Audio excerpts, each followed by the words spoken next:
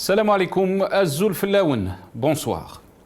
L'Algérie s'enfonce de jour en jour dans l'incertitude. Après avoir fait le mauvais choix politique face aux aspirations de rupture des citoyens pour un changement pacifique de gouvernance, vous voilà aujourd'hui en échec absolu.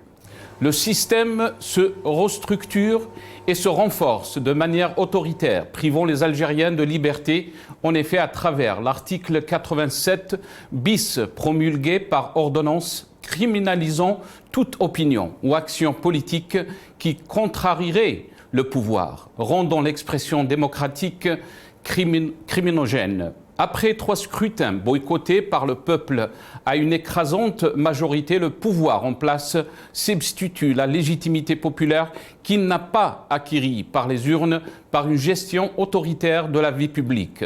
Après 2 ans de gouvernance de M. Tebboune, le bilan est affligeant sur tous les plans économiques, social et sociétal. Aucun modèle économique, aucune réforme structurelle, crise politique non résolue, crise financière, crise des institutions, un front intérieur très agité et plus grave, une parole présidentielle inaudible, complètement anesthésiée par le chef d'état-major omniprésent qui s'improvise chef d'État à travers une communication agressive et belliqueuse. La catastrophique gestion de la crise sanitaire et les derniers incendies actent la faillite de l'État. On ce n'est pas en convoquant la main étrangère et en manipulant le drame des incendies qui nous fera oublier le combat du Hirak pour la liberté. Un gouvernement aux abonnés absents. La nouvelle Algérie promise est la pire que nos concitoyens vivent depuis l'indépendance. Vous avez mis le pays en faillite, il serait temps que vous partiez. Les incidents qui ont traversé la Kabylie et d'autres wilayas du pays ont démontré impréparation de l'État, prouvant son incapacité à gouverner, à prévoir et à protéger ses citoyens. L'instrumentalisation médiatique de ces drames afin de vous déresponsabiliser de vos missions constitutionnelles et de vous exonérer est l'expression d'un manque de courage. Pire, c'est la déliquescence de l'État.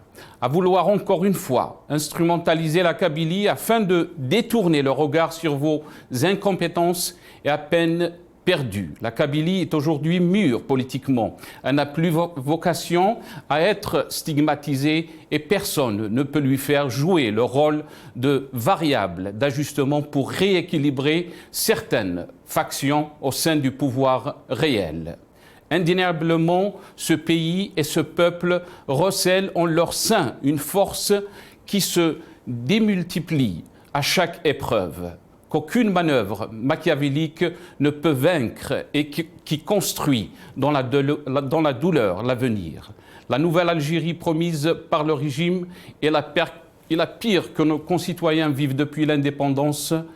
Notre Algérie, constamment bercée par des mensonges et des rumeurs, est devenue le refuge de criminels qui n'ont que mépris et haine dans leur âme pour un peuple et un pays à bout de souffle. Vous avez mis le pays en faillite, il serait temps que vous partiez.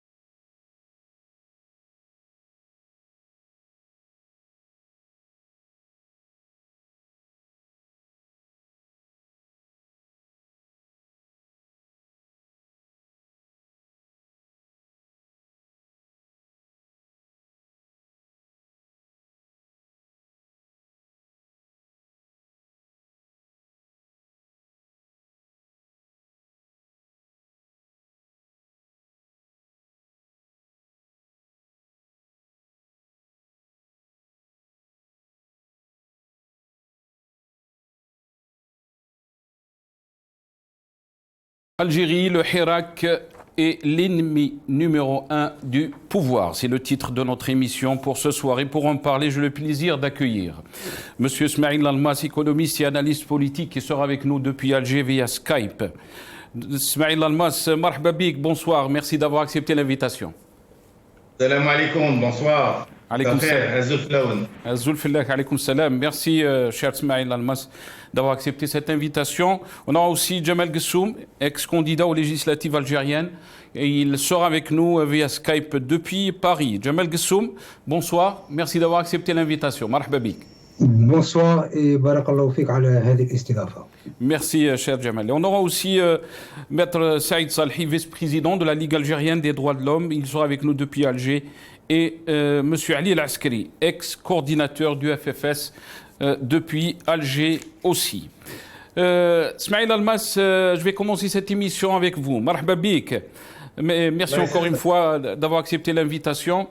Quel est votre sentiment, Smaïl Almas, par rapport à toutes ces épreuves qu'on a vécues, que l'Algérie a vécues ces derniers jours, ces dernières semaines?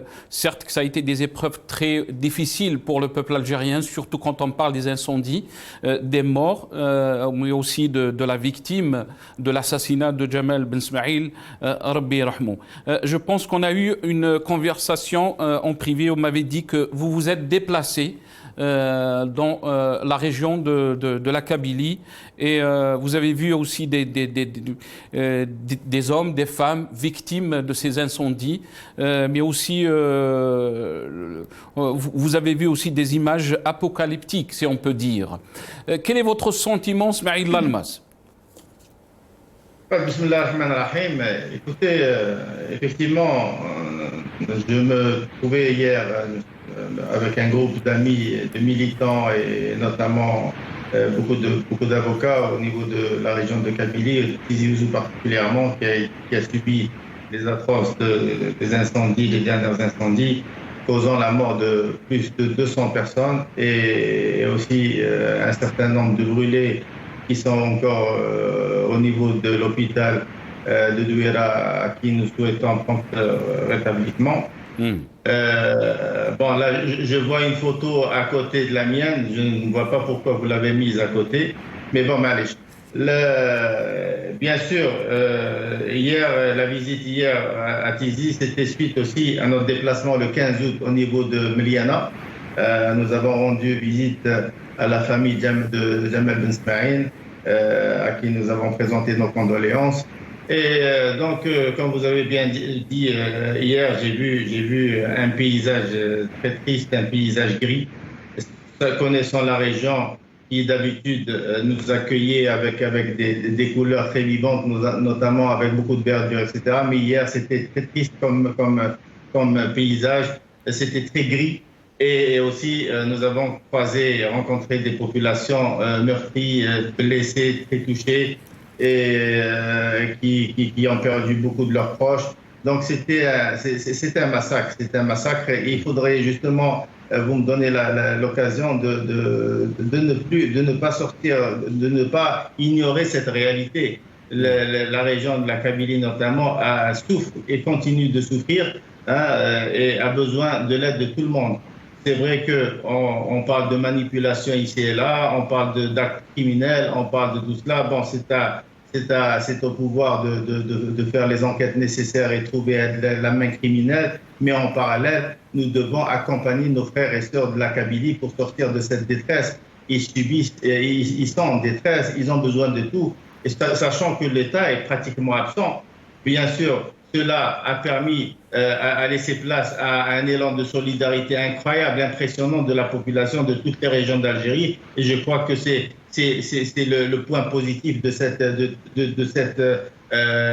ce drame. Nous avons croisé des gens qui continuaient à présenter l'aide nécessaire aux sinistrés. Mais je dis encore une fois que cette région a besoin d'un accompagnement et aussi a besoin de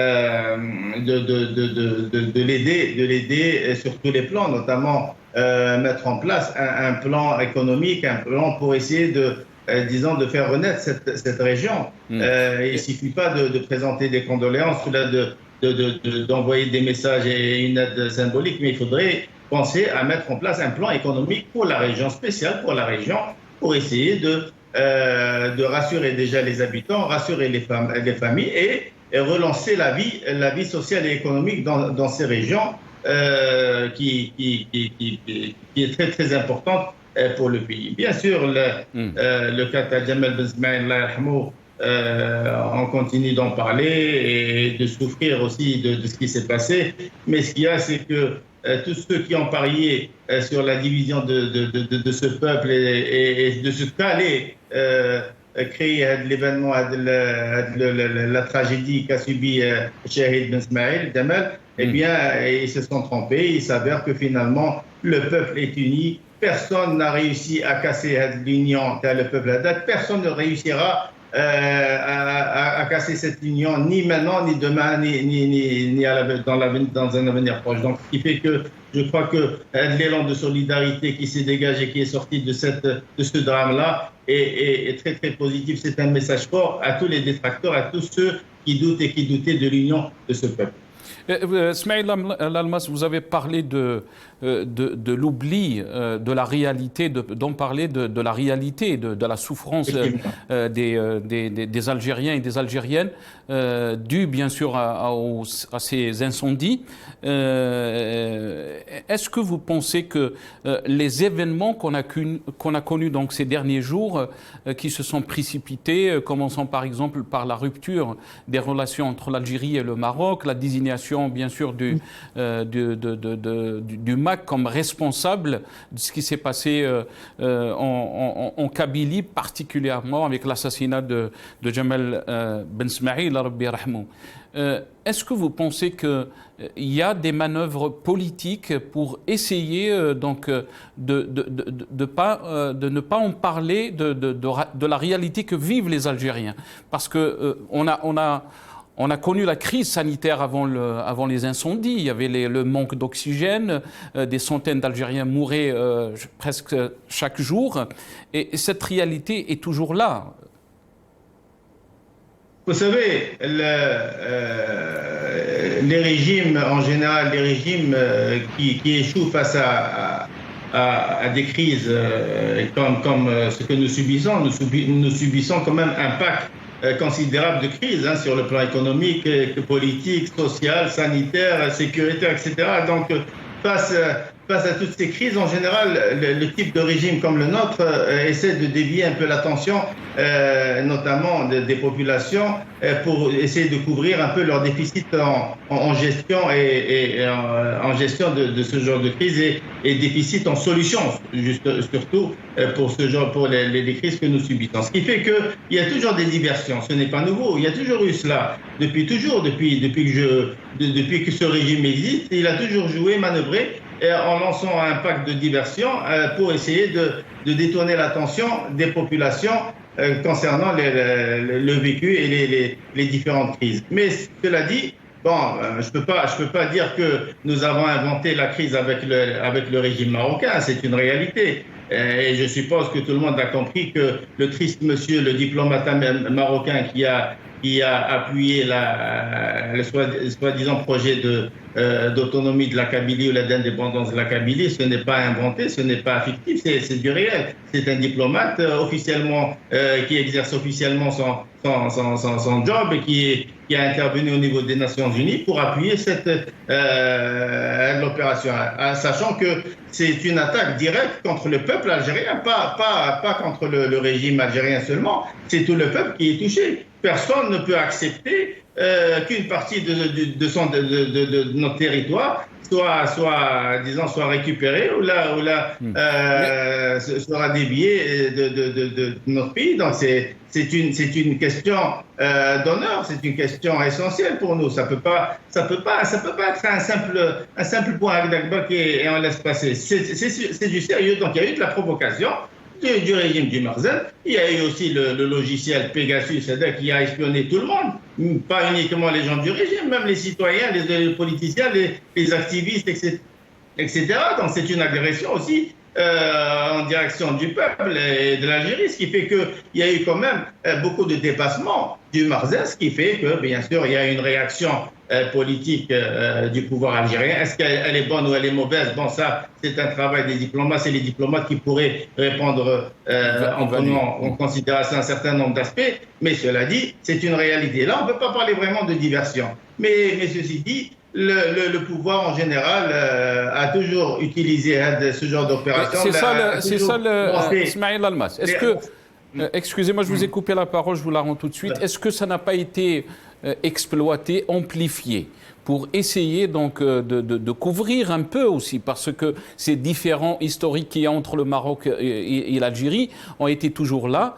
Malheureusement, on est arrivé à cette situation, alors que dans le monde entier, on est en train de voir des pays qui ne partagent rien, sont en train de se réunir, de créer des grands marchés, des forces des forces de marché. Et malheureusement, chez nous, à chaque action, on coupe... On prend des actions de rupture diplomatique, on coupe les relations, on punit les peuples. Est-ce que ça n'a pas été amplifié par le régime, sachant qu'il y avait une situation catastrophique, c'est Ismaël Almas, avant cette crise? Non, je pense que les Marocains, le Makhzen est passé à une vitesse supérieure. Je crois que si le Makhzen et ses diplomates n'ont jamais osé parler de l'indépendance de la Kabylie ou l'autonomie de la Kabylie, ils n'ont jamais, à mon avis, ils n'ont jamais parlé de la Kabylie ou parlé de la région de la Kabylie. Donc, je pense que c'est une première. Et c'est intolérable, c'est inacceptable. Vous imaginez, il parle d'un territoire qui est au cœur de l'Algérie. Ça n'a aucun sens et c'est une peine perdue. C'est un sujet qui ne devrait pas être abordé par un pays qui se dit frère. Donc là, je pense que c'était voulu. C'était voulu. Peut-être que la réaction, peut-être que le Makhzen ne s'attendait pas à une réaction aussi forte du pouvoir algérien, mais aussi... nous avons compris que depuis quelque temps, le Makhzen joue sur la fragilité du front intérieur du pays. C'est-à-dire là, il profite un peu de la fragilité du front intérieur et la fragilité du pouvoir pour essayer de faire passer ce qu'ils veulent et essayer de imposer leur diktat. Là, je pense qu'il y a une réponse. Moi, j'ai toujours dit qu'il faudrait être unis autour des décisions diplomatiques et des décisions qui touchent à la sécurité du pays. Il y a eu une provocation, il y a eu réaction. Maintenant, est-ce que ça a été amplifié et que le pouvoir a profité de la chose? Moi, je pense que maintenant, on n'en parle plus. Il y a eu réaction et le pouvoir n'a même pas su comment amplifier, profiter de la situation pour essayer d'absorber l'attention des citoyens et les détourner du vécu. Donc, c'est vrai que ce n'est pas nouveau, mais la réalité, elle est là. Et nous avons des morts, nous avons des malades, nous avons un problème d'oxygène, nous avons un problème du système sanitaire, nous avons un problème économique, nous avons un problème au niveau de l'éducation, nous avons un problème à tous les niveaux. Et tout cela implique la faiblesse du manager, la faiblesse de ce pouvoir à gérer, à absorber les crises que nous subissons. Donc qu'il y ait problème avec les Marocains ou qu'il y ait problème avec d'autres pays, cela ne va pas changer la réalité du vécu par les citoyens. Très bien. Restez avec nous, Ismaël Almas. Je vais donner la parole à Djemal Ghessoum. Djemal Ghessoum, est-ce que vous pensez que ce qu'on a entendu comme escalade du côté, bien sûr, des relations entre l'Algérie et le Maroc, a un peu, si on peut dire, nous a éloignés des vrais problèmes que vit le citoyen algérien, que vivent les Algériens. Et là, on n'en parle pas de la faillite du système sanitaire, mais aussi les citoyens se sont retrouvés à dire qu'on était laissés à nous-mêmes face à des incendies qui ont ravagé des vies, qui ont ravagé aussi des maisons, des forêts. Quelle est votre lecture par rapport à tous ces événements qui sont passés, Djemal Ghessoum? Tout d'abord, ce que je souhaiterais dire, et là je rejoins en tout point l'ensemble des propos qui ont été tenus par M. Almas lors de sa première intervention, à savoir tout d'abord toutes nos condoléances aux Algériens et Algériennes de Kabylie et d'ailleurs pour les souffrances qu'elles ont endurées. On pourra en reparler aussi sur la déficience intérieure en Algérie pour répondre à cela. Sur la question qui a été abordée en dernier lieu, et en l'occurrence la question des relations diplomatiques entre l'Algérie et le Maroc, je n'ai pour ma part qu'un seul regret, c'est que de mon point de vue, l'État algérien a trop attendu, ce qui a valu plusieurs premières. Monsieur Lelmas disait qu'il s'agissait d'une première en ce qui concerne le soutien clair et dissible des autorités marocaines, et en l'occurrence à New York, à destination du MAC, qui est considéré comme, par l'État algérien comme une organisation terroriste. Il y a aussi une autre première, je dirais, c'est de permettre à un ministre israélien de pointer et d'attaquer l'Algérie à partir d'un sol arabe. Cela ne s'est jamais fait depuis 1948, depuis la création et la naissance de l'État d'Israël. Ce que je souhaiterais dire aussi, c'est qu'il faudrait, bien évidemment, il y a un lien de corrélation entre ce qui se passe à l'intérieur de l'Algérie et les attaques que nous subissons, mais à forte dose, je dirais, depuis juillet de cette année. Elle se décline de deux manières. Tout d'abord, effectivement, l'Algérie subit des attaques en règle et en cascade, ce qui ne s'est jamais effectivement produit. Je note quand même 3 éléments. La sortie de l'ambassadeur marocain à l'ONU, qui soutient mordicus un mouvement que nous considérons, nous, en tout cas, et là, pour le coup, je rejoins l'État algérien, de terroristes. L'acceptation qu'un ministre israélien s'attaque à l'Algérie à partir du sol marocain, ce qui ne s'est jamais produit. Pegasus, évidemment, ça a été aussi évoqué par M. Lelmas. Donc ça fait quand même beaucoup entre juillet et aujourd'hui. Donc la décision de l'État algérien de rompre ses relations diplomatiques avec le Maroc, pour ma part, je soutiens pleinement cette action, parce que de toute façon, il sera beaucoup plus facile dans les décennies à venir de reconstruire une relation sur une base saine plutôt qu'une relation toxique, ce qui a été le cas depuis des décennies. Mais cela ne doit pas nous empêcher aussi de nous regarder en face sur nos propres déficiences, et j'en veux pour preuve l'absence totale de Canadair pour un pays de 42 millions, ce qui est quand même assez incroyable. Et je dirais même au-delà, et moi cela ne m'empêche pas, même si je suis solidaire avec la notion d'État et l'État algérien sur l'ensemble des décisions qu'il prend, notamment sur ses relations avec l'extérieur, donc les affaires étrangères, je dirais que cela ne doit pas, et en aucune manière, nous empêcher de nous regarder en face et de dire, et en tout cas c'est ce que moi je pense, c'est qu'il y a beaucoup trop d'incompétence au niveau des services de l'État, je ne dis pas l'État mais les services de l'État, qui sont incapables de prévoir des choses qui sont complètement évidentes, que ce soit des Canadiens. Est-ce que seulement c'est une question d'incompétence, Jamal Guessou, mais ou une question d'orientation politique, ou du système politique en lui-même? Parce que les Algériens, quand ils se sont soulevés en 2019, c'était pour dire qu'il faut qu'il y ait un changement du système politique, un changement de gestion, parce que je ne pense pas que l'Algérie, il manque de compétences. Je ne pense pas que le problème est un problème de compétences, c'est un problème de système politique. Les Algériens l'ont dit très clairement, Jamal Guessou. Alors, c'est ce que peut-être vous, au sens impersonnel, vous pensez. Moi, je ne le pense pas. La demande principale du Hirak était c'était non au 5e mandat. Ça, c'était la demande principale qui a été gagnée par le peuple algérien un certain 2 avril 2019. En ce qui concerne les compétences, évidemment, nous avons des compétences à l'international, et j'en veux pour preuve un proche, puisque c'est un cousin de Habab El-Gassem, par exemple. Oui, nous avons des gens qui sont tout à fait compétents. Mais ces compétences, Jamal Guessoum, on les fait fuir. Je vais vous dire juste, je vais vous dire la une du journal Liberté, et je vous rends la parole. Je vais vous dire, il y avait une étude réalisée par le CREAD révèle l'explosion du phénomène de la migration, la harga.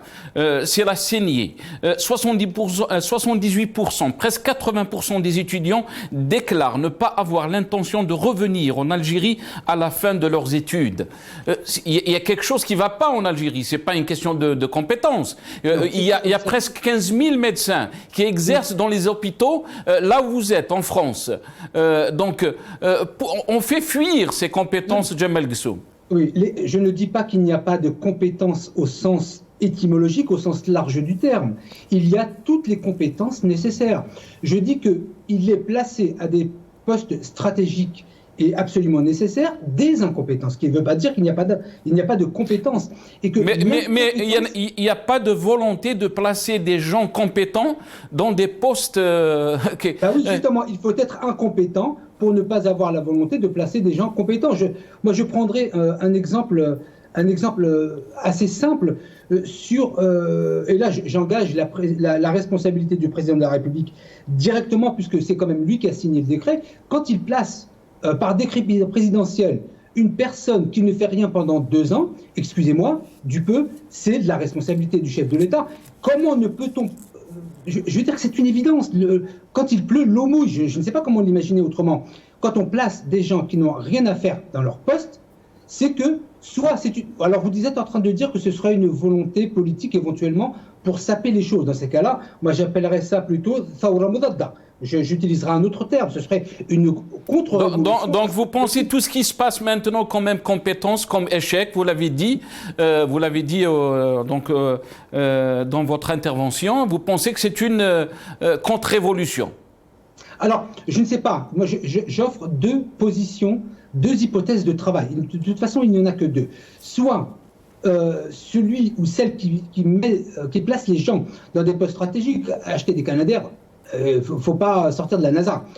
Soit ces gens sont incompétents et donc ne reconnaissent pas les compétences, soit ce sont des gens qui placent des incompétents dans un objectif de contre-révolution à ce qui tenterait d'être mis depuis décembre 2019. Donc il y a ces 2 hypothèses de travail. Mais en même temps, je n'ai pas d'hypothèse, je dirais, rationnelle et hyper rationalisée, je dirais, pour affirmer l'une ou l'autre de ces thèses. Je dis simplement que l'Algérie compte des compétences de partout dans le monde, mais malheureusement, on est incapable, le nous est impersonnel. Nous sommes incapables en Algérie de placer les gens au poste là où il le faut. Est-ce que c'est voulu? Est-ce que ce n'est pas voulu? C'est de mon point de vue un grand mystère. Très bien. Restez avec nous, Jamal Gessoum. On a été rejoint par Maître Saïd Salhi, vice-président de la Ligue algérienne des droits de l'homme, qui est avec nous depuis Alger. Maître Saïd Salhi, merci d'avoir accepté l'invitation. Marhaba bik. Bonsoir, merci de l'invitation. Azoul Fellak, merci Maître Saïd Salhi. Si on revient un peu sur la situation que vit notre pays, il y a cette réalité, bien sûr, après tous les événements qu'on a vus ces derniers jours. Saïd Salhi, la rupture des relations diplomatiques avec le Maroc, l'accusation du MAC par rapport donc à ces incendies, mais aussi à l'assassinat horrible de Jamal Ben Smaïl. Mais la réalité, la dure réalité est là. Maître Saïd Salhi, les Algériens sont toujours dans cette précarité, sont toujours face à cette crise qui s'accentue dans tous les domaines. Et aussi, on peut dire qu'on n'est pas très loin de cette rentrée scolaire ou rentrée sociale qui sera très difficile pour les Algériens, mais aussi pour le régime. Merci. Effectivement, les termes de la crise n'ont pas changé. Malheureusement, la situation n'a pas seulement changé, mais s'est dégradée dangereusement. Aujourd'hui, si on prend un peu la situation sociale, la situation politique, économique, malheureusement, nous sommes vraiment dans des moments très difficiles qui n'augurent pas grand-chose et qui ne rassurent pas, vraiment, qui ne rassurent pas, pour vous dire que, voilà, aujourd'hui, nous sommes vraiment inquiets. Nous sommes vraiment inquiets parce que au-delà de la crise politique, au-delà de la crise sociale, il y a aussi cette crise qui s'annonce à l'occasion de la rentrée sociale, avec tout ce qui a été fait depuis maintenant 2019, avec cette Algérie nouvelle promise aux Algériens. Malheureusement, cette Algérie nouvelle n'arrive pas encore à convaincre le peuple algérien, n'arrive pas encore justement à rassurer le peuple algérien quant au changement revendiqué depuis 2019. C'est ce que vous venez de dire concernant la situation donc des organisations classées en tant que telles. Je rappelle quand même que ces organisations ont été classées déjà en mois d'avril. En mois d'avril, ces deux organisations ont été classées en tant qu'organisations terroristes, en l'occurrence le MAT et Rachad. Plus que ça, en mai, nous avons assisté au changement du code pénal. L'article 87 bis a été amendé dans le sens de durcissement des peines, dans le sens justement d'élargissement de la définition du terrorisme, au point où cette définition, en fin de compte, vise toutes les voies discordantes. Et on a vu ce qui s'est passé depuis le mois de mai jusqu'à maintenant.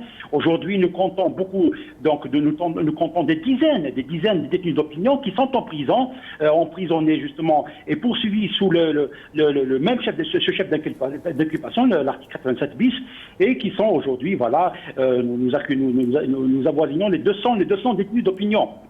Donc pour vous dire qu'en fin de compte, la situation que nous vivons aujourd'hui n'est pas nouvelle. Nous l'avons déjà eu l'occasion de dénoncer la dérive dès le mois d'avril, et surtout la dérive de l'article 87 bis qui reste pour nous l'avons dit, nous avons plaidé pour son abrogation, qui reste une menace avérée contre les défenseurs de droits humains, contre les militants de tous bords. Aujourd'hui, c'est pas seulement ces organisations qui sont visées, mais c'est aussi le Hirak, et la preuve aujourd'hui, je vous le dis, nous avons des centaines, près de 200 détenus donc, qui sont en prison, mais aussi, il faut rappeler quand même que depuis 2019, février 2019, et précisément depuis juin 2019, nous avons vu le chef d'inculpation, qui est en l'occurrence l'atteinte à l'unité nationale, qui a touché tous les segments de la société, y compris des anciens moudjahides. Je rappelle, Bourgala, qui a été mis en prison, beaucoup de voix, ils ont été mis en prison et poursuivis, attaqués pour atteinte à l'unité nationale. Pour vous dire en fin de compte toute la confusion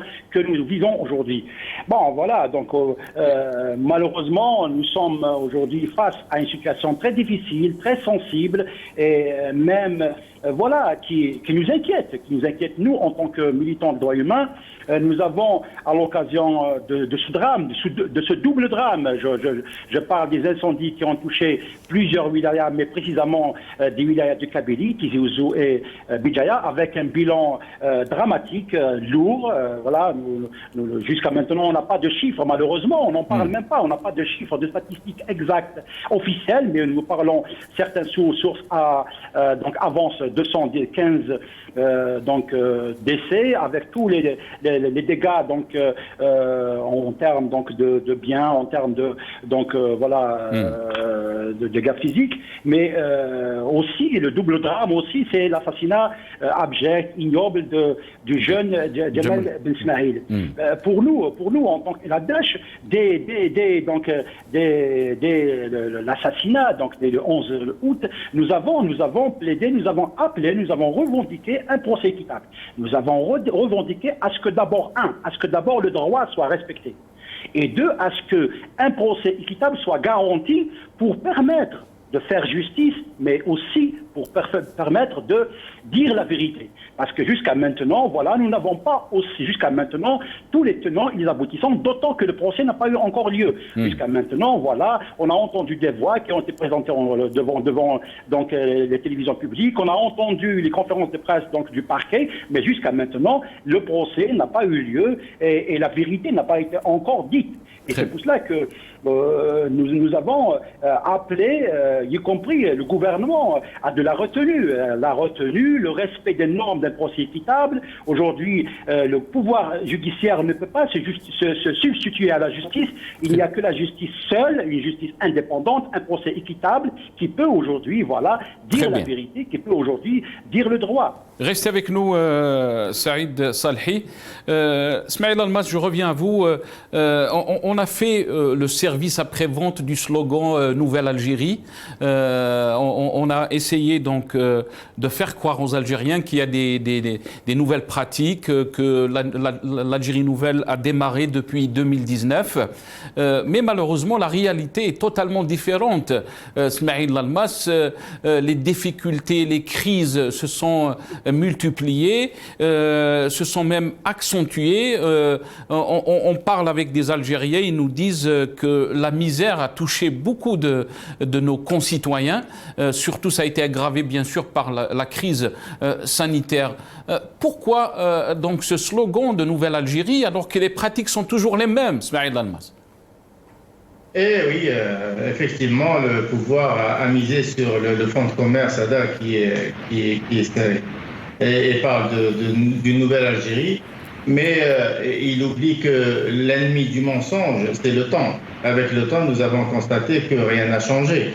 On parle d'une nouvelle Algérie, alors qu'il y a les mêmes pratiques, pratiquement le même personnel politique, les mêmes réflexes, le même management. Et bien sûr, tout cela aboutit aux mêmes échecs que nous avons connus auparavant. Et ce qui fait que c'est un leurre et tout le monde a compris cela. Justement, je pense que le pouvoir a bien compris que le peuple n'a pas pu avaler le slogan ADA. Et le peuple aussi, même une partie du peuple, une partie infime du peuple qui croyait au changement, qui croyait à cette nouvelle Algérie, commence à se rendre compte finalement qu'il n'y a rien de nouveau dans cette nouvelle Algérie et que nous subissons les mêmes pratiques, nous subissons les mêmes comportements et bien sûr, qui, comme je l'ai dit, aboutissent toujours aux mêmes échecs que nous avons connus avant. Et là, face à tout cela, le pouvoir reste insensible aux cris et à la colère de la population. Mais pourquoi, Smaïl Almas, pourquoi le pouvoir est insensible alors que les sonnettes d'alarme sont là, tous les signaux sont en rouge? Quand on voit la situation économique, vous êtes expert, Smaïl Almas, vous voyez très bien que la direction du pays, tous les observateurs, tous les connaisseurs de ce domaine, ils vous disent qu'on va droit dans le mur, Smaïl Almas. Pourquoi on s'entête? Pourquoi on s'entête à pratiquer toujours les mêmes politiques? Vous savez, la feuille de route du système, même après le février 2019, a été claire. Le changement dans la continuité. Pour eux, le système ne doit pas bouger. Ce sont les personnes qui vont changer de place ou là qui vont changer carrément par d'autres personnes qui vont réussir à domestiquer. Ce qui fait que on se retrouve finalement dans la même configuration avec les mêmes pratiques. Nous avons une crise économique très inquiétante, bien sûr causée par l'instabilité politique, qui est pour moi la première principale cause de cette situation, et bien sûr accentuée par la pandémie. Ce couple instabilité et pandémie a donné quand même naissance à une situation qui évolue dans le mauvais sens. Nous enregistrons quand même des déficits très graves au niveau des balances budgétaires. Nous avons un taux de chômage qui est très inquiétant. Nous avons perdu des centaines de milliers de postes de travail dans un certain nombre de secteurs, notamment dans les services, le tourisme, les travaux publics, l'habitat, etc. Nous avons perdu beaucoup d'argent en matière de réserve. On parle de 40 milliards de dollars de réserve à la mi-2021. Je crois qu'on va passer à beaucoup moins d'ici la fin de l'année. Nous avons quand même des recettes très minimes. Et en plus de cela, tout le monde a compris que le problème de l'Algérie, c'est pas un problème d'argent, c'est un problème de gestion, c'est un problème d'ordre et surtout, c'est un problème de légitimité. Et du coup, vous avez beau ramener les recettes les plus importantes, les meilleures recettes économiques, etc. Mais si vous n'avez pas une direction légitime, si vous n'avez pas trouvé la bonne solution à la crise politique, si vous ne faites pas participer le peuple dans la gestion et le développement du pays, si on ne passe pas par une démocratie sans peuple vers une démocratie avec peuple, eh bien, on va rester dans les mêmes situations et on va se retrouver avec un taux très élevé de chômage et on va se retrouver avec un pouvoir d'achat qui se déprécie et on finira l'année, bien sûr, comme chaque fois, comme à chaque exercice, avec un dinar très affaibli, avec des réserves amoindries, avec bien sûr zéro solution pour la crise et bien sûr quand on ne solutionne pas les crises s'aggravent avec le temps et ça sera de plus en plus difficile de les résoudre. Et nous sommes en train de subir tout cela. Et bien sûr, ce qui est dramatique dans le récit, c'est que la situation, c'est que nous avons un gouvernement qui ne bouge pas. qui ne bouge pas. Et je crois que un gouvernement aux abonnés absents. Peur. Et comment expliquer, quand il dit Jamal Ghassoum, Smaïl Almas, que le problème que vit l'Algérie est un problème de compétences? Est-ce que l'Algérie manque de compétences ou est-ce que c'est un problème politique avant tout? La crise algérienne est politique avant tout. Eh bien, écoutez, la crise, elle est politique, mais c'est ce qui justement nous mène à la situation où il y a absence totale de compétences au niveau de la gouvernance. C'est-à-dire les compétences en général sont mises de côté. Donc quelqu'un de compétent ne peut pas travailler dans un système pareil, parce qu'en général, quelqu'un de compétent n'est pas domesticable. On ne peut pas le domestiquer, on ne peut pas le gérer, alors que le système compte surtout sur des gens qui rentrent dans leur moule. Et du coup, on se retrouve avec une qualité médiocre au niveau des instances dirigeantes. Vous avez vu l'ancien gouvernement, par exemple, avec le personnel politique qui était à la tête des différentes structures. Eh ben, tout le monde disait qu'on a eu droit à un gouvernement, peut-être le gouvernement le plus faible de toute l'histoire du pays. Et on continue. La preuve, là, on se retrouve avec un gouvernement. Je connais pas la moitié des ministres. Je connais pas les noms des ministres. Et tellement qu'ils sont immobiles, on les voit pas. Et ce qui fait que c'est vrai que la crise économique, la crise politique, le problème politique, le problème de légitimité conduit forcément à ce que le régime s'appuie sur un réservoir d'un personnel pratiquement non compétent qui est prêt à répondre aux besoins des animateurs de ce système.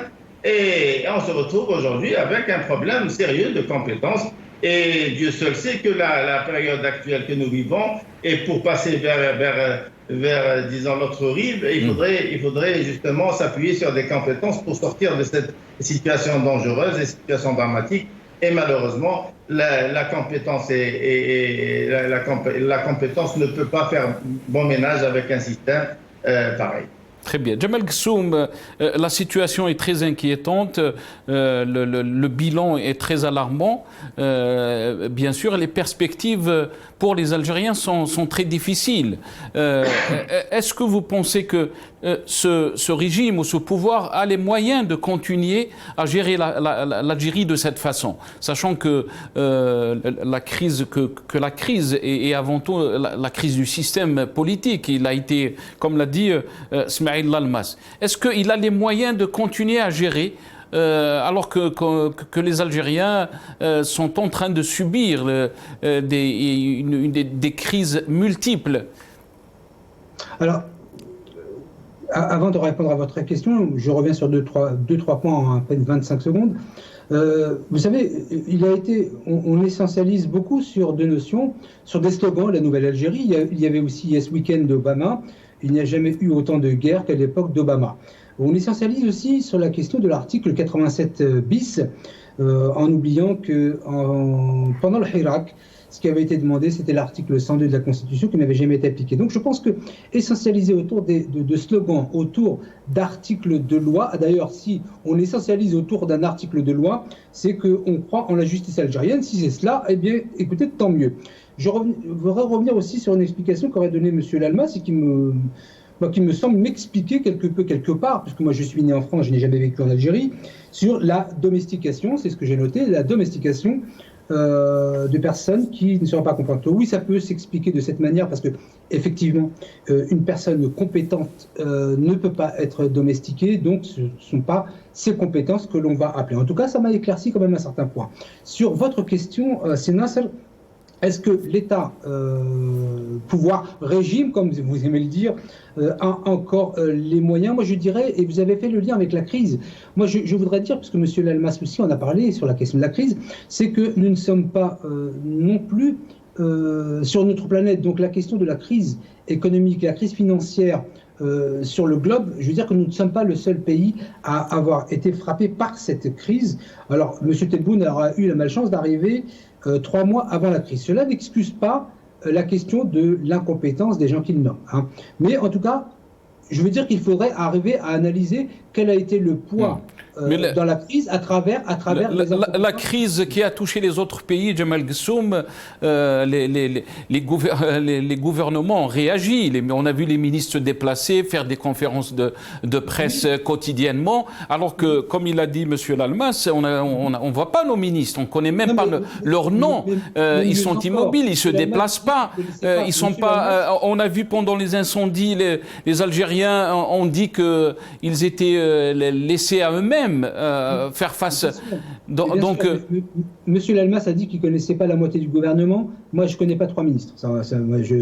Là, je crève le plafond. Moi. Mais il est vrai que on ne les voit pas, donc on ne les connaît pas.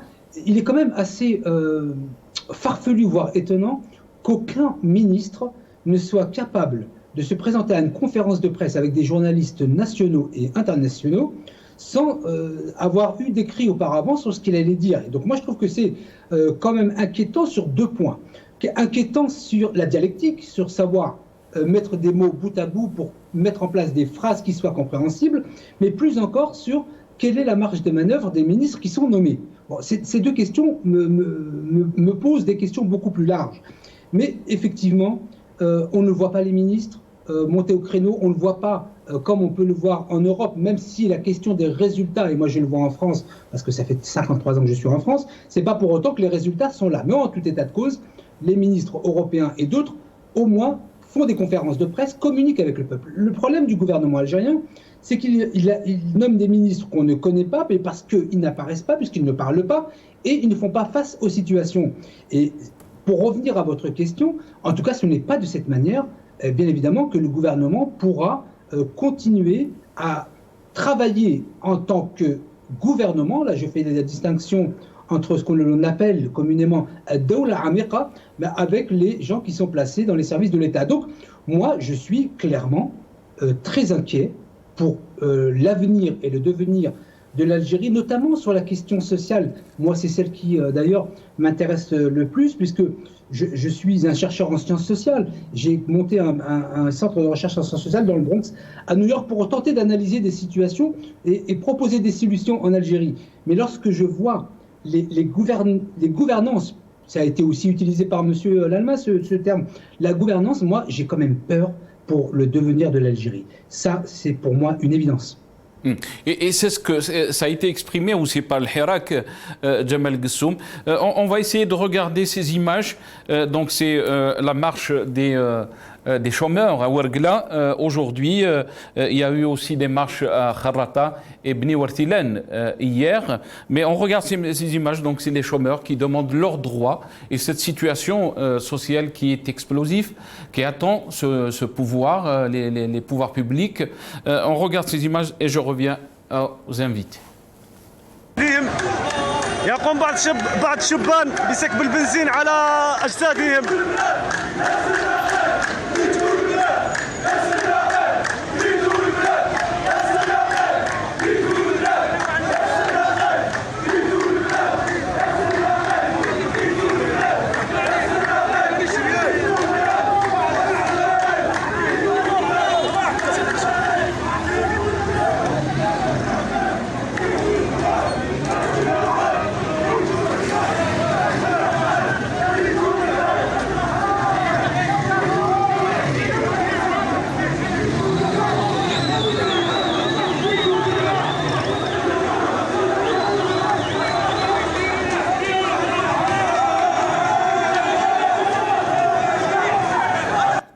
Ismail Lalmas, je vais revenir à vous.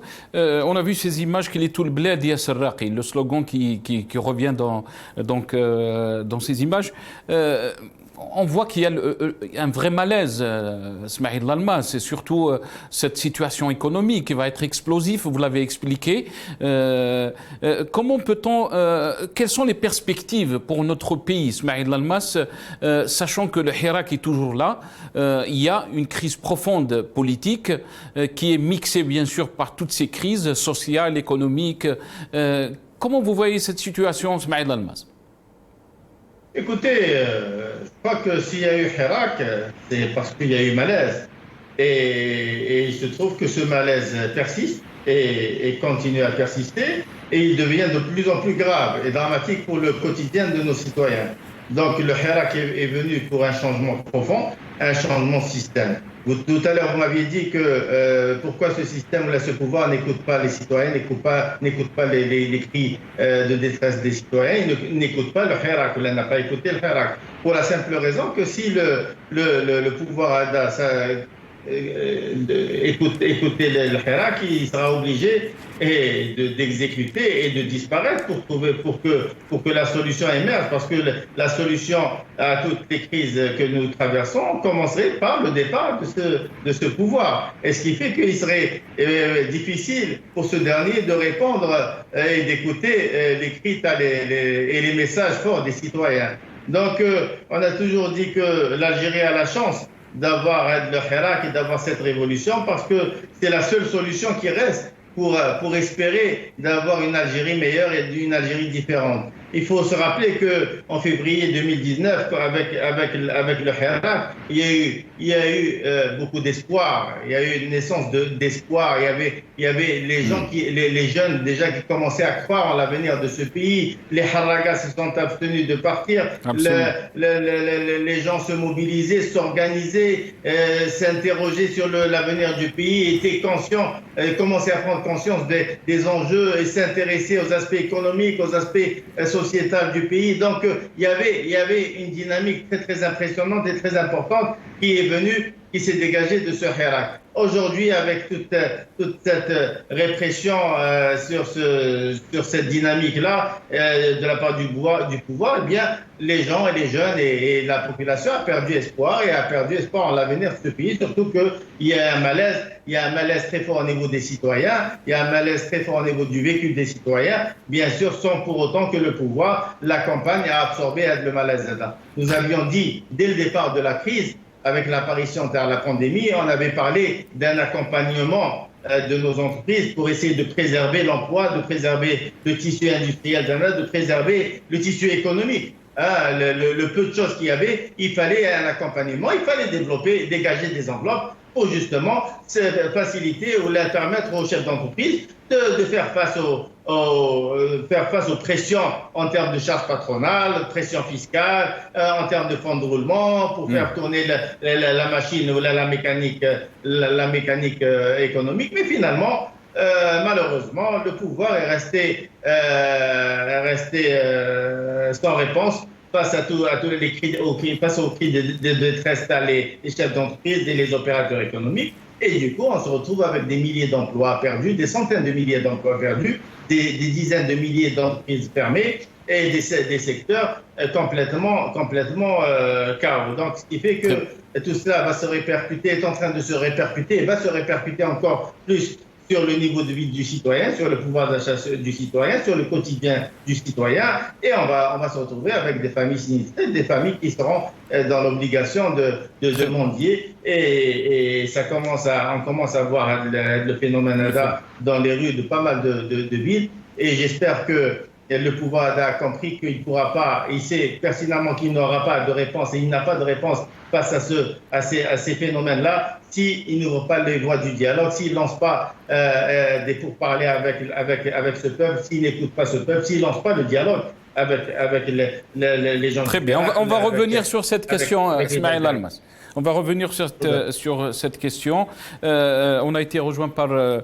Ali Laskri, ex-coordinateur du FFS, qui est avec nous depuis Alger. M. Ali Laskri, bonsoir. Merci d'avoir accepté l'invitation. Marhaba bik, Azoul Fillah. Bonsoir à tous les camarades qui sont sur le plateau ou bien ceux qui sont en train d'intervenir. Merci à vous. Merci à vous, cher Ali Laskri. Merci pour l'invitation. Merci à vous. Ali Laskri, si on revient un peu donc, sur ces événements qui ont frappé notre pays, très douloureux bien sûr, on en a parlé des jours et des jours, mais aussi on doit faire face à cette situation que vivent nos concitoyens, que vivent les Algériens et les Algériennes, ces difficultés qui sont là, cette réalité amère et difficile. Comment peut-on expliquer ou analyser cette situation, Ali Laskari, alors que le régime essaye de nous amener, donc, de parler donc, des complots, de parler que l'Algérie est visée par des mains étrangères, et on oublie que l'Algérien lui-même souffre en silence. Tout à fait. C'est-à-dire, comme l'on dit, surtout, j'ai écouté l'an dernier le camarade et ami d'Almas, au moment où les Algériens s'attendaient à la prise en charge de leurs aspirations démocratiques, c'est-à-dire suite à la révolution du 22 février. On voit que le régime s'emploie toujours à multiplier les confrontations, c'est-à-dire en réactivant les archaïsmes, les extrémismes destructeurs. Donc, il faudra rester déterminé, comme ça a été dit plus que jamais, pour faire triompher la justice, la vérité, consacrer les principes et les valeurs fondamentaux d'état de droit. Ce qui n'est pas là. Aujourd'hui, depuis le 22 février, moi je disais surtout le 13 avril, parce que je reviens toujours avec les contre-révolutionnaires qu'ils ont mis en place. Ils ont tout fait pour que justement, on n'arrive pas à évoluer dans le sens d'un état de droit. Donc, ceux qui ont programmé le vide politique, en s'attaquant au multipartisme, en s'attaquant aux syndicats autonomes, la Confédération, en s'attaquant au mouvement associatif, en s'attaquant à la société civile organisée autonome. Et pour la neutraliser, qu'est-ce qu'ils ont fait? Ils ont créé le vide politique. Parce que déjà, à leur niveau, ils ont mis en avant une feuille de route, et cette feuille de route, il n'y a pas eu de consensus à leur niveau. Est-ce que c'est une feuille de route? C'est-à-dire pour l'alternative clanique, pas pour l'alternative démocratique. Ils ont rejeté l'alternative démocratique, la transition. Mais en allant à l'alternance clanique, il n'y a pas un consensus à leur niveau, ils sont dans les règlements de compte. Et aujourd'hui, les dégâts collatéraux, comme vous venez de le dire, nous sommes en train de les vivre, ils sont énormes. On avait averti au départ, malheureusement, on n'est pas écouté, le peuple n'est pas écouté. Le peuple qui a été dans la rue depuis le 22 février et bien avant, avec toutes les propositions politiques pour sortir de la crise que nous vivons et qui étaient très claires et politiques, mais sans qu'il y ait un état de droit, de liberté, de démocratie, et qu'il y ait une justice, une véritable justice en Algérie indépendante. Parce que le problème aujourd'hui se pose aussi au niveau à ce niveau-là, c'est-à-dire aujourd'hui, encore une fois, la vérité, comme le dit Hussein Rahmarbi, compte plus que n'importe quelle considération. Et pour qu'il y ait vérité, il faut qu'il y ait l'indépendance de la justice. Nous avons besoin de connaître la vérité, toute la vérité, sur tout ce qui se passe dans notre pays et tous les événements qui ont eu lieu dernièrement. Et on peut revenir un par un, mais sans arriver à la vérité. Parce qu'on ne veut pas qu'il y ait la vérité, qu'il y ait des commissions d'enquête indépendantes. On voit ce qui s'est passé dernièrement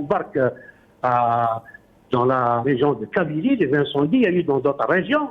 Il n'y a pas eu de prévention, il n'y a pas eu d'anticipation. Ils ont laissé ça parce que j'avais dit une fois, tous les démembrements de l'État et des institutions sont immobilisés. Et s'il n'y a pas un ordre des décideurs, ils ne bougent pas. Est-ce que vous pensez... Ali Laskari, oui. Excusez-moi. Est-ce que vous pensez que les événements qu'on a connus, que notre pays a connus donc ces derniers jours, est-ce que vous pensez qu'il y a une certaine manipulation ou même manœuvre politique pour essayer donc de viser la Kabylie, parce qu'on a vu que dans le Hirak a continué, où les marches ont continué, surtout dans la région de la Kabylie, de Tizi Ouzou, Abjaya. On a vu des Algériens se déplacer presque, venir se déplacer donc en Kabylie partout, ils venaient de partout pour participer à ces marches. Est-ce que on a voulu s'attaquer donc ou mettre fin au Hirak? Oui, la Kabylie est visée, c'est clair. Depuis longtemps, il y a eu les événements de 2001, les dégâts collatéraux c'était en Kabylie. Il y a eu l'assassinat de Matoub, il y a eu beaucoup d'assassinats politiques. Et aussi, En 2018, s'il vous plaît, en 2018, on a dit qu'il n'est pas question d'aller un 5e mandat. Il n'est pas question d'aller un 5e mandat. D'accord, parce que c'est une humiliation pour notre pays. Mais il fallait aller vers l'alternative démocratique, arrêter ce processus d'alternance clanique. On a fait appel, il faut se rappeler de 2018, je l'ai tout le temps dit, qu'il fallait que ce soit tout le peuple algérien qui répond à cette question pour qu'il n'y ait pas de 5e mandat et pour qu'on s'inscrit dans la construction de l'alternative démocratique et donc d'une solution politique globale dans le pays et qu'il y ait un véritable dialogue, une véritable conférence autonome pour pouvoir aller à un état de droit, un état de liberté, de démocratie, l'indépendance, la justice sociale, où il y aurait un état fort, un état émergent dans la région, justement, pour défendre nos intérêts par rapport, bien sûr, à ce qui converge aujourd'hui pour exploiter nos richesses. On a tout dit, malheureusement, c'est le contraire qui s'est passé. On est encore dans les coups de force. On ne veut pas encore aller à l'état de droit. Donc, on a anticipé. On avait tout dit. Le peuple algérien a répondu. Le peuple algérien a fait une révolution populaire, pacifique, à caractère unitaire. Le peuple algérien s'est réconcilié. Mais aujourd'hui, on fait tout. Pourquoi je parle d'archaïsme qu'on est en train d'instrumentaliser encore, d'extrémisme, justement pour diviser encore ce peuple, pour casser cette cohésion qui s'est créée chez le peuple algérien, cette réconciliation qui s'est faite, même sur le plan historique, même l'officialisation et la constitutionnalisation des Tamazighs n'a jamais posé problème. Et l'enseignement de la langue tamazight n'a jamais posé problème. Il fallait qu'elle soit enseignée au même titre que l'arabe pour que les arabophones parlent tamazight pour qu'on sorte définitivement de ce problème, que l'Algérien se reconnaît totalement dans son identité complète. C'est-à-dire qu'il parle tamazight et arabe sans aucun problème dans son pays et au niveau de tout Amzra. Mais vous voyez aujourd'hui ce qui sort encore hier. Tout ça, c'est dans le cadre c'est de la provocation. C'est de la provocation encore pour que ce peuple ne vive pas tranquillement. Il ne veut pas dans l'élan de solidarité qui s'est constitué, même par rapport aux incendies en Kabylie, parce qu'il y a eu des victimes, c'est un crime. Il ne fallait jamais qu'il y ait des victimes. Il fallait prévoir, il fallait anticiper. Il y a eu des incendies en Grèce, il y a eu des incendies en Italie, il y a des incendies dans les pays du sud de l'Europe. En Turquie, comme oui. Il y a des incendies en Afrique du Nord, en Turquie aussi. Il peut y avoir des inondations, on en a parlé, parce que au niveau mondial, vous avez suivi les différentes conférences séminaires et les différentes COP, jusqu'à la COP 24, qui s'est tenue la dernière, si je me rappelle bien, au Maroc, avant que je fille celle à Paris, la 22.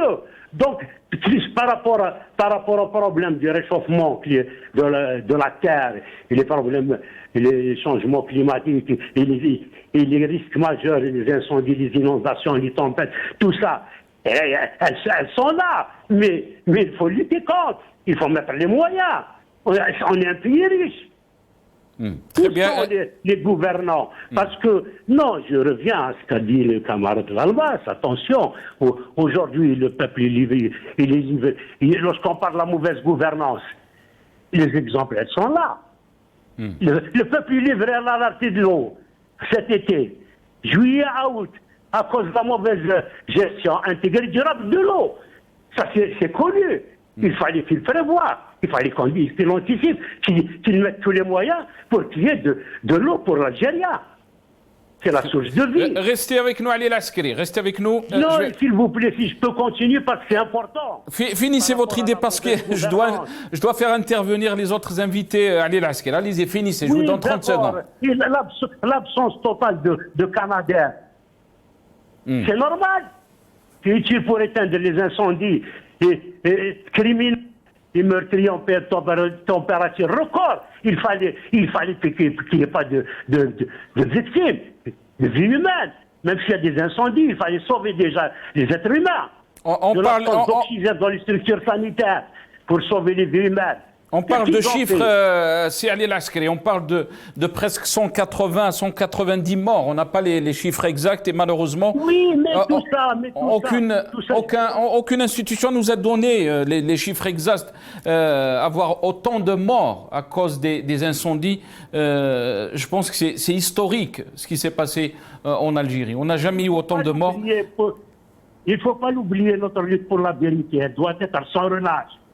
Restez avec nous, Ali Laskari. Restez avec nous, s'il vous plaît. Je vais donner la parole à Saïd Salhi. Saïd Salhi, est-ce que vous pensez que les thèses qui disent qu'il y a des manœuvres politiques qui visent avant tout le Hirak et pour le régime ou le pouvoir, le Hirak est l'ennemi numéro un.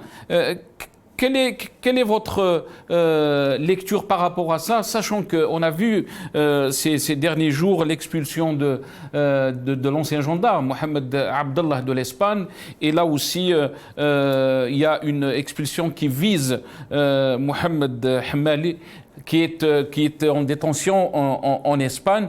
Est-ce qu'il y a la traque contre les hirakistes et aussi on est en train de mettre les moyens pour que le Hirak ne revienne pas, surtout qu'on est à quelques semaines de la rentrée sociale?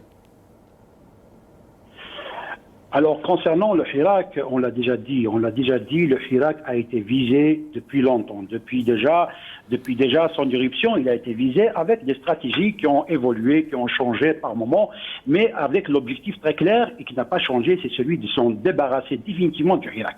On l'a vu et nous l'avons dit que le pouvoir a tenté dès le début à singulariser le Hirak, c'est-à-dire à faire émerger des tendances lourdes pour pouvoir justement, d'abord diviser le Hirak et puis pour pouvoir mater le Hirak à travers ces tendances. Nous l'avons déjà prédit, nous l'avons déjà dit, nous l'avons déjà dénoncé à plusieurs moments. Nous l'avons vu à l'occasion donc de l'affaire du port de l'emblème Amazigh en 2019, juin 2019. Le pouvoir a tenté justement d'isoler la Kabylie, de dresser une partie du peuple algérien contre la Kabylie sur cette histoire identitaire, mais le Hirak a fait échouer justement cette tentative, cette manœuvre. Et le pouvoir n'a pas désespéré. Il est revenu à plusieurs occasions sur le même registre, avec les mêmes pratiques, avec les mêmes stratégies justement de diviser. Nous l'avons dit que le pouvoir va tenter d'abord de déconnecter la Kabylie par rapport au reste de l'Algérie, parce que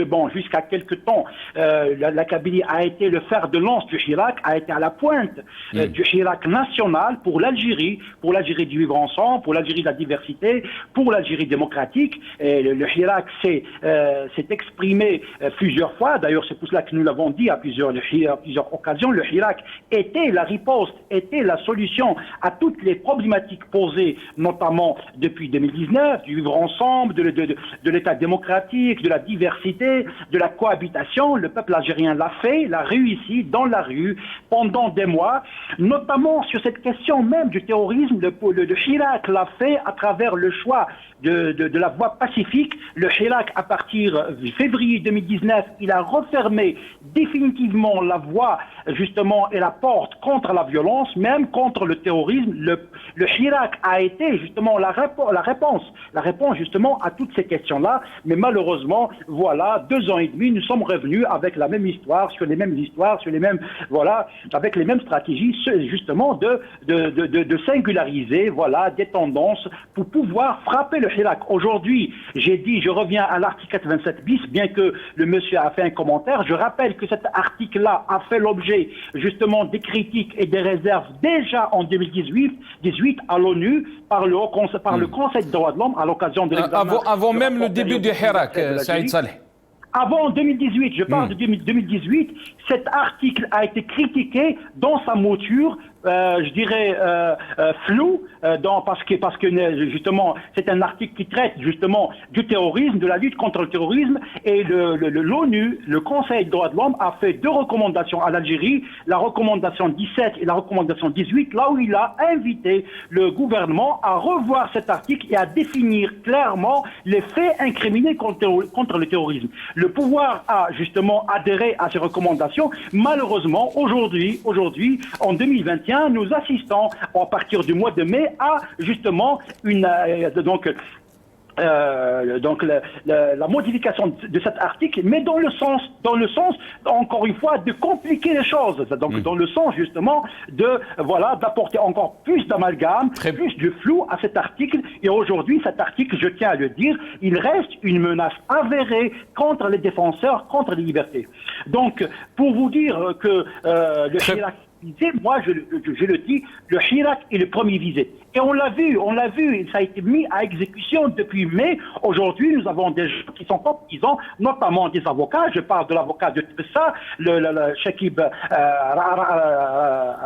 Raouf Arslan, qui est aujourd'hui en prison, qui a été poursuivi avec les mêmes articles. Et d'autres encore, qui sont poursuivis avec cette même article 87 bis pour justement le terrorisme.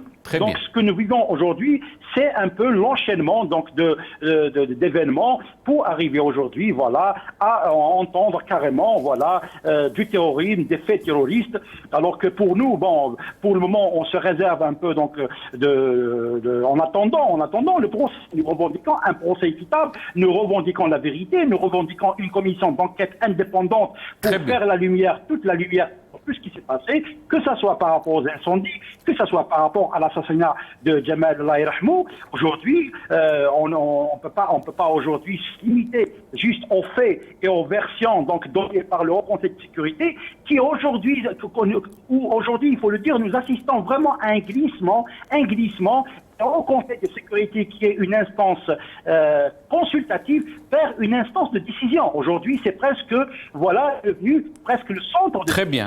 Restez avec nous, Saïd Salhi. Restez avec nous. Jamal Ghassoum, pour les Algériens, le sujet n'a pas changé. Le Hirak ne s'arrêtera pas. Les revendications n'ont pas changé. Le but est toujours le même. Rupture avec le système politique. Alors, vous savez, il y avait une revendication principale qui était non au 5e mandat. Il y a, évidemment, vous connaissez ma position, sinon je parle du bon côté du Hirak, et je sais ce que vous allez me dire. Mais en tout état de cause, je pense que le Hirak, le Hirak al-Mubarak, comme on dit, doit continuer, bien sûr, il doit continuer à aider tout le monde à avancer vers un projet qui soit commun. Maintenant, moi, ce que j'aimerais aussi dire... Quand vous dites le Hirak al-Mubarak, qu'est-ce que vous voulez dire Jamal Ghassoum? Est-ce que les Algériens qui sortent maintenant demandent toujours la rupture avec le système politique, le changement? Vous avez entendu les autres invités, qu'est-ce qu'ils ont dit? Est-ce que ce Hirak est Mubarak ou pas? Non, attendez, d'abord, je ne sais pas lire dans la mare de café pour dire qui est bon, qui est mauvais, puis en plus, ce n'est pas mon rôle. Je dis simplement que celles et ceux qui ont des intentions saines envers leur pays, donc j'exclurai les autres, mais les autres se reconnaîtront par essence, doivent bien sûr continuer à œuvrer et à faire des demandes et des revendications pour le bien, je dirais, le bien commun. Maintenant, la question qui se pose... Mais les Algériens qui sortent, Jamal Ghassoum, je vais vous rendre la parole très rapidement. Les Algériens qui sortent et qui disent on est en train de souffrir, notre pays souffre, on est en train de provoquer ce pays à l'explosion, alors que le Hirak est resté silmiya. Les Algériens ont tiré les sonnettes d'alarme quand il y avait Bouteflika au pouvoir. Alors qu'on ne les a pas écoutés. Quand ils sont sortis, on a parlé de l'Aïsaba. Pourquoi on s'entête à toujours pratiquer les mêmes politiques alors qu'on sait très bien les conséquences de ces politiques? Alors moi, vous savez, j'accepte bien évidemment et par essence tout projet qui tend ou sous-tend à améliorer la situation de nos compatriotes, notamment sur la situation sociale. Et je voyais d'ailleurs vos images sur Ouargla que je connais. Je suis originaire de Ouadsouf, mais nous vivons à peu près les mêmes choses, sauf que nous n'avons pas autant de pétrole à côté, ce qui est pratiquement une provocation pour les personnes qui sont en difficulté sociale j'ai oublié la ville, voilà là. Mais ce que je veux dire par là, c'est que vous savez, dans toute révolution, et il y en a eu beaucoup durant cette décennie, il y a toujours eu des figures qui ont émergé et qui, à partir d'un certain moment, devaient transformer leurs revendications en revendications politiques et organisées. La difficulté du Hirak, c'était aussi, c'est ce que je disais sur France 24, l'avantage du Hirak tel qu'il était, c'est qu'il n'y avait pas de tête à couper, donc c'était aussi un avantage, mais l'inconvénient, c'est qu'à partir d'un certain moment, s'il n'y a pas des figures qui émergent et qui soient légitimes à porter les revendications de tous les hirakistes, qui est vrai, il est difficile de transformer le Hirak en action politique concrète. Très bien, très bien. Ok, très bien. Restez avec nous, Djebel Ghessoum. On va prendre ces paroles à Smaïl Almas. Smaïl Almas, vous avez entendu donc la réponse de Djebel Ghessoum. Est-ce que vous pensez aussi que le Hirak doit aussi s'autocritiquer et voir quelles sont, comment apprendre les leçons de ces dernières années, si on peut dire. Et est-ce que vous pensez aussi que le Hirak a une responsabilité aussi d'essayer de produire, si on peut dire, une feuille de route ou des personnes qui peuvent représenter le Hirak. Quelle est votre lecture? Parce que on parle beaucoup de cet aspect. Vous savez, depuis le début de le Hirak, je disais que c'est le Hirak qui nous a fait, c'est pas nous qui avons fait le Hirak. C'est-à-dire, il n'y a pas. Aujourd'hui, on veut mettre en place une direction à la tête de Hirak, ou là une organisation, ou là comme le dit bien. Ok, d'accord, mais il faudrait comprendre que le Hirak qui est venu est une révolution populaire. C'est le peuple qui a fait le Hirak. Ce qui fait qu'à partir de là, dans ce Hirak, on trouve de tout. Il y a tous les courants, il y a toutes les tendances. Et bien sûr, le pouvoir mis sur de la diversité, t'as les tendances, et t'as les courants, et t'as les couleurs politiques qu'il y a dans cette mouvance. Ce qui fait que c'est vrai qu'il est difficile de mettre une organisation unique qui va couvrir ou là, qui va être représentative de tout ce qu'il y a dans ce Hirak. Et ce qui fait que aujourd'hui, pas mal de gens, pas mal de citoyens, pas mal de Hirakistes déplorent la situation. Bien sûr que les choses évoluent. Il y a beaucoup de gens qui parlent de l'échec du Hirak. Je vais citer peut-être la phrase de Mandela qui disait que je ne perds jamais, ou je gagne, ou j'apprends. Eh bien, c'est la même chose pour nous. Le Hirak, on ne perd jamais. Ou on gagne, ou on apprend. Eh bien, si on n'a pas tout à fait gagné, quoiqu'il y a eu une évolution énorme, il y a eu beaucoup de choses réalisées.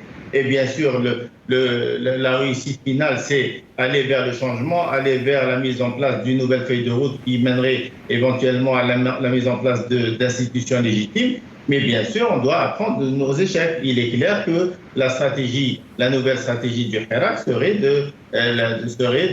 il faudrait peut-être penser à l'alimenter avec les nouvelles donnes, avec tout ce qu'on aurait dû faire avant et avec tous les enseignements qu'on doit tirer des 2 années passées en activité, en action. Ce qui fait que j'adhère à l'approche d'un certain nombre de personnes qui disent que la stratégie doit être évolutive. Effectivement, la stratégie du Hirak doit être évolutive. Il faudrait l'alimenter avec tout ce qu'on a connu, tout ce qu'on a subi, tout ce qu'on a vécu durant les deux dernières années. Très bien. Restez avec nous, Smaïl Almas. Ali Laskri, sur ce point, quelle est votre lecture? Parce qu'on a vu que tout le monde dit que le Hirak, c'est le sauveur de l'Algérie. Il est venu comme salut pour donc sauver notre pays. Mais aussi, il y a de l'autocritique. Est-ce que le Hirak doit faire de l'autocritique par rapport donc à ces 2 dernières années? Quelle est votre lecture par rapport à ça?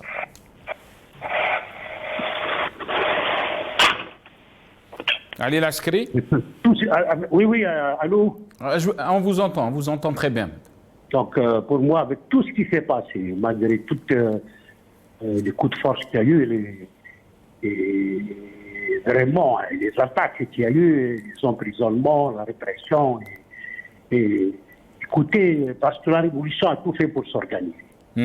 faut dire les vérités. Ceux qui étaient autonomes ont tout fait pour s'organiser.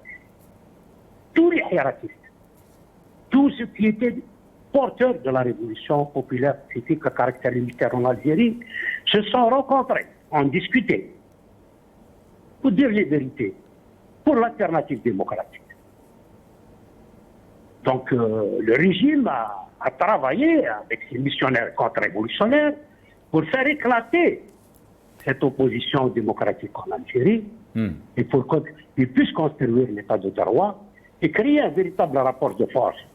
J'étais dans les masses, j'étais dans les hiérarchies, ils se rencontraient, ils discutaient, ils débattaient, ils ont fait une conférence, ils ont fait une convention, ils ont fait des affinités, des résolutions, malgré qu'aucune autorisation n'a été remise par ceux qui nous gouvernent.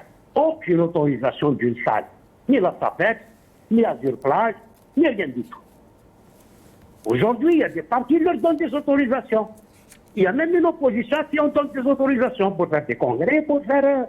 Donc ils sont alignés totalement. À Tizi Ouzou, aujourd'hui, l'APOI, je suis dû à faire attention, qui devait s'est réunie dernièrement, mettre en place une commission d'enquête avec au moins ce qu'il y avait pas dans le temps, c'est-à-dire le RTD, le FFS, le PT, tous les élus de Tizi Ouzou, et faire une véritable enquête par les élus, avec la société civile, pour déterminer ce qui s'est passé dans cette région. C'est ça l'opposition. Et on le faisait dans le temps, d'une manière claire. Ali Laskeri, s'il vous plaît, je vais continuer parce que c'est très important par rapport à l'avenir. Parce qu'il ne me reste pas beaucoup de temps. Allez-y, Ali Laskeri, s'il vous plaît. Écoutez, non, l'opposition, elle s'est organisée en Algérie. Mais ma question, comment peut le Hirak sortir avec un projet politique réel? Écoutez, le projet politique réel existait. Si on veut aller au changement, si on veut réunir toutes les forces et toutes les énergies, parce que la société algérienne a montré, continue de montrer jusqu'à maintenant, que ses ressorts demeurent intacts et solitaires, malgré tous les coups. Et c'est sur cette énergie saine et positive, je dis bien sur cette énergie saine et positive, cet esprit de la révolution populaire pacifique, il faut rester dans cet esprit du 22 février 2019. C'est que de cela que l'espoir et l'avenir du pays reposent. Merci à vous, Ali Laskeri. Ceux qui décident aujourd'hui, ils doivent aller dans l'apaisement et dans la tolérance pour aller dans ce sens-là. D'abord, c'est dans l'intérêt existentiel de notre pays. On n'a pas le droit de jouer. Merci à vous, Ali Laskeri. Il faut qu'on construise ensemble. Ali Laskeri, je suis vraiment désolé parce qu'on est dépassé par le temps. Smaïl Almas, 30 secondes. Comment le Hirak peut devenir un projet politique réel? Vous savez, le Hirak est lui-même un projet politique. Et l'offre politique du Hirak a été lancée dès le départ.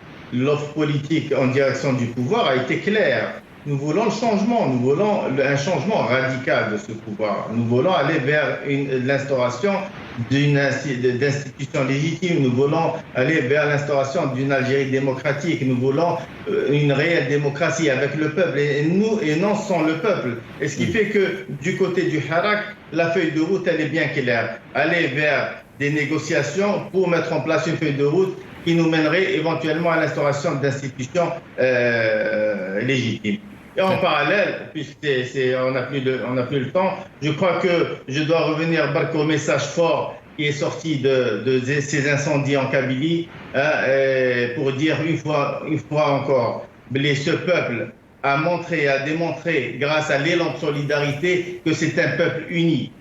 On ne peut accepter aucune action de division, ni en ce qui concerne notre peuple, ni en ce qui concerne la terre Algérie. Pour cela, on est clair, on est bien déterminé à aller jusqu'au bout, et à combattre tout projet de destruction de ce pays et de division de ce peuple. Merci. Ismaïl Almas, merci à vous. Merci aussi à Jamal Ghessoum qui était avec nous. Merci à Saïd Salhi et merci à Ali Laskeri. Merci à vous d'avoir suivi cette émission. Bqaw ala khair.